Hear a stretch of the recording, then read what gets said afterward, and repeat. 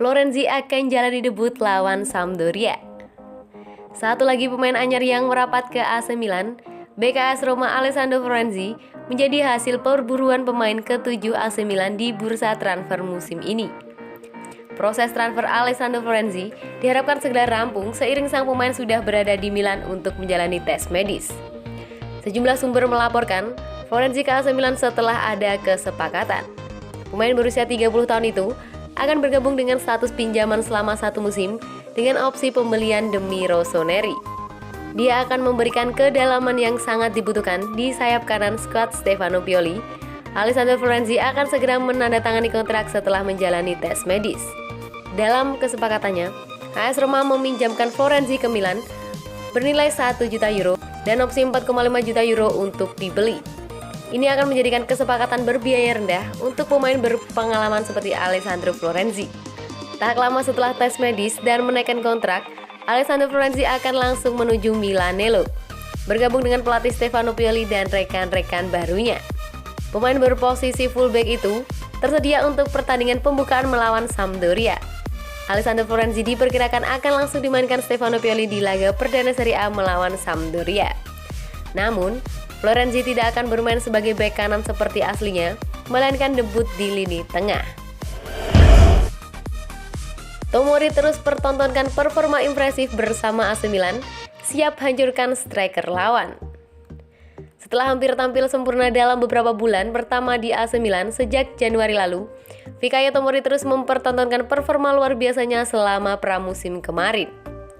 Sebagaimana yang dikemukakan oleh Milan News, Tomori sudah dapat dimainkan di hari pertama pramusim lantaran ia tak dapat panggilan tim nasional Inggris untuk Piala Euro 2020 musim panas ini. Dan keuntungan dari situasi tersebut jelas terlibat. Ia telah menunjukkan dirinya dalam performa yang sangat tajam selama 6 pertandingan persahabatan yang dimainkan Rossoneri dan tampaknya lebih dari siap untuk tampil dalam laga pembukaan Serie A melawan Sampdoria di Marassi pada hari Selasa dini hari mendatang. Pemain berkebangsaan Inggris tersebut berhasil bersinar dibandingkan rekan-rekan satu tim lainnya dalam pertandingan-pertandingan persahabatan Milan selama ini di posisi bek tengah. Selain itu, umpan gol sempurnanya untuk gol pertama Oliver Giroud melawan Panathinaikos menunjukkan kepercayaan dirinya terlepas dari siapapun yang menjadi tandemnya. Salah satu kualitas paling penting yang dimiliki Tomori adalah komitmen konstan yang ditunjukkan dalam setiap pertandingan, dan ia terlihat semakin mirip dengan pemain yang layak direkrut dengan harga 28 juta euro atau setara dengan 448 miliar. Harapannya, bek 23 tahun tersebut bakal berkembang semakin matang dan semakin menjanjikan untuk membantu Rossoneri meraih hasil terbaik pada musim 2021-2022 ini, baik di Serie A, Coppa Italia, maupun di panggung yang lebih besar yaitu Liga Champions. Temui kesepakatan personal, CSKA tunggu tawaran resmi. Gelandang serang CSKA Moskow, Nikola Vlasic dikabarkan tengah menunggu AC Milan. Namun, hingga saat ini belum ada tawaran baru yang masuk. Upaya Rossoneri untuk memburu playmaker baru telah memakan waktu berlarut-larut hingga memasuki hari-hari terakhir bursa transfer.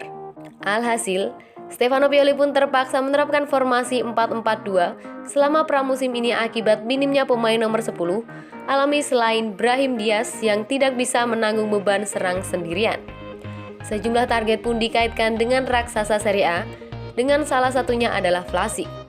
Menurut kabar terkini, Nikola Sira melalui akun Twitter miliknya, pemain internasional Kroasia tersebut masih menunggu Milan meluncurkan kembali upaya mereka.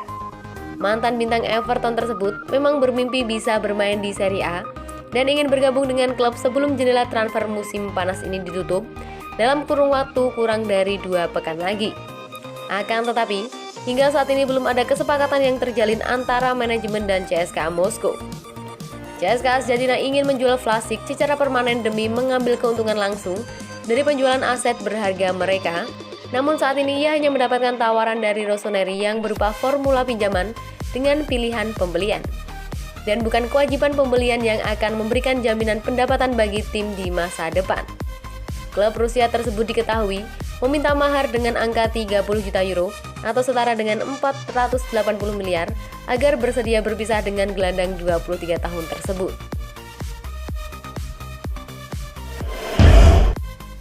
Perpisahan Donnarumma lebih pedih ketimbang Lukaku.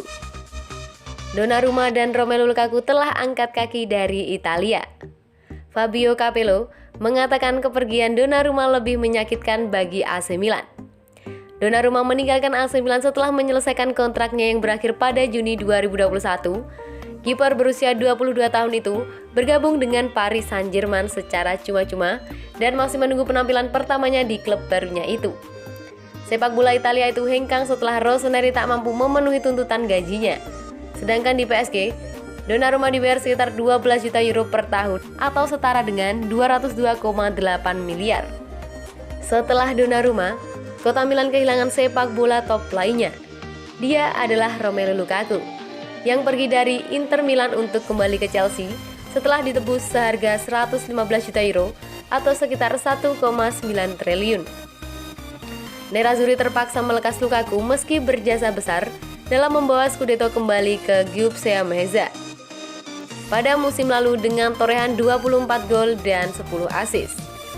Inter memang sedang butuh suntikan dana besar sebagai konsekuensi pandemi yang berkepanjangan.